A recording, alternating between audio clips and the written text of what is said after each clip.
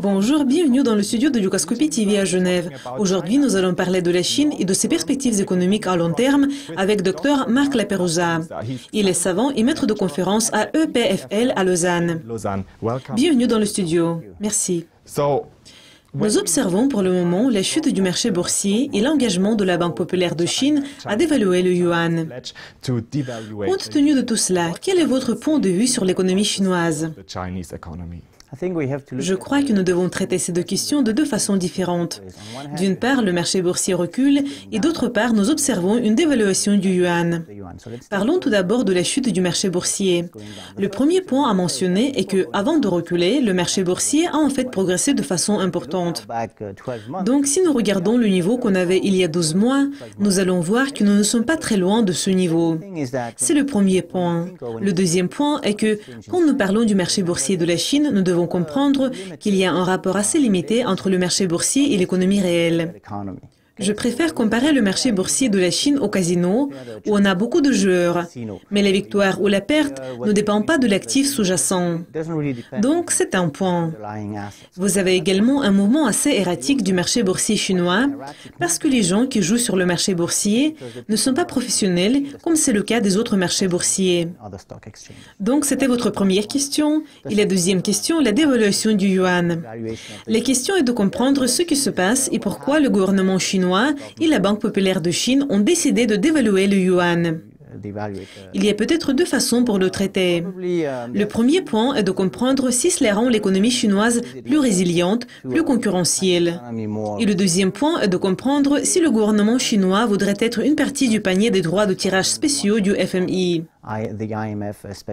Mon analyse soutient plutôt la deuxième explication, ce qui veut dire que le gouvernement chinois et la Banque populaire de Chine ont essayé pendant des années de rendre le renminbi aussi libre dans la circulation que possible. Il n'est plus étroitement lié au dollar américain. En ce sens, cette dévaluation peut être expliquée plutôt par cette envie de faire partie de ce panier de monnaie du FMI. En ce qui concerne le FMI, il y a quelques mois, il a déclaré que le yuan chinois n'est plus sous-évalué. Mais il semble que même ce dernier tour de la dévaluation ne va pas permettre à la Chine de faire partie de ce panier de monnaie. Il y a encore beaucoup de travail à faire pour le gouvernement. D'autre part, lorsqu'il s'agit de l'objectif du gouvernement, il avait un but important d'augmenter la consommation interne en Chine. Et maintenant, compte tenu de la dévaluation du yuan, est-ce que cela contrefait l'objectif?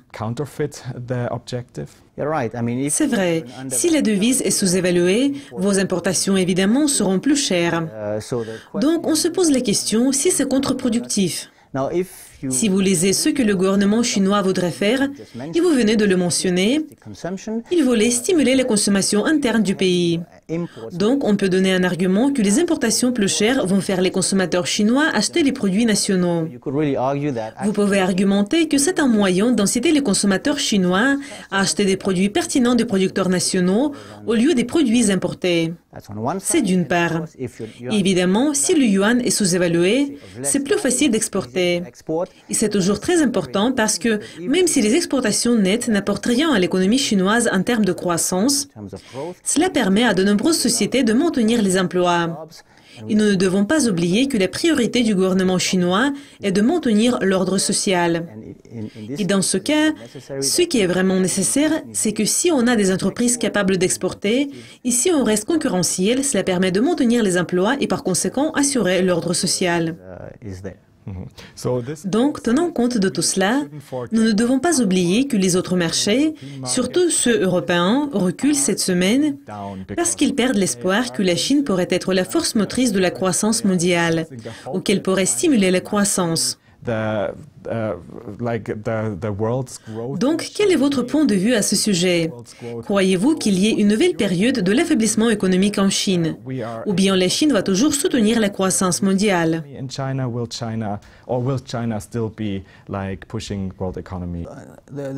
Cela dépend de la période du temps dont on parle. La Chine augmentait de 10% pendant 30 ans. Maintenant, il y a un recul officiel jusqu'à 7%. La question est de savoir si la Chine progresse toujours à un rythme de 7% ou c'est déjà 5%. Cela dépend de la façon dont les statistiques ont été gérées. Évidemment, cette période de la croissance de 10% a fini. Et aujourd'hui, la question est de comprendre si le gouvernement chinois pourra assurer l'atterrissage en douceur ou bien la croissance va chuter brusquement.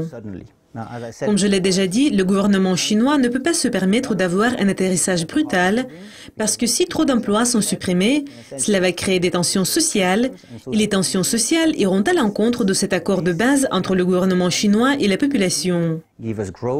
S'il y a une croissance, cela va aider le pays. Donc, je crois que si vous écoutez ou lisez ce que la Chambre de commerce européenne ou la Chambre de commerce américaine en Chine publie depuis 24 mois ou même 12 mois, elles ont noté que les multinationales occidentales sont confrontées à une période dure en Chine. La plupart d'entre elles voient en fait que la période d'Eldorado est terminée. Mais il y a toujours des possibilités intéressantes de croissance. Et on a toujours 1,3-1,4 milliard de gens qui habitent en Chine. Donc ce ne sera pas peut-être 10-15% de croissance. Cela pourrait représenter 2, 3, 4, 5% de croissance pour les entreprises. Et ce serait peut-être plus intéressant que sur les autres marchés émergents. Et quand on parle de la croissance, l'innovation est évidemment la chose la plus importante. Vous êtes spécialiste en innovation dans les marchés émergents. Donc, la Chine a-t-elle eu du succès dans la mise en œuvre des innovations qu'elle apporte au marché mondial? Est-ce qu'il y a des réussites? Je crois que cela dépend de votre définition de l'innovation. Si vous parlez des innovations scientifiques, la Chine est vraiment très loin.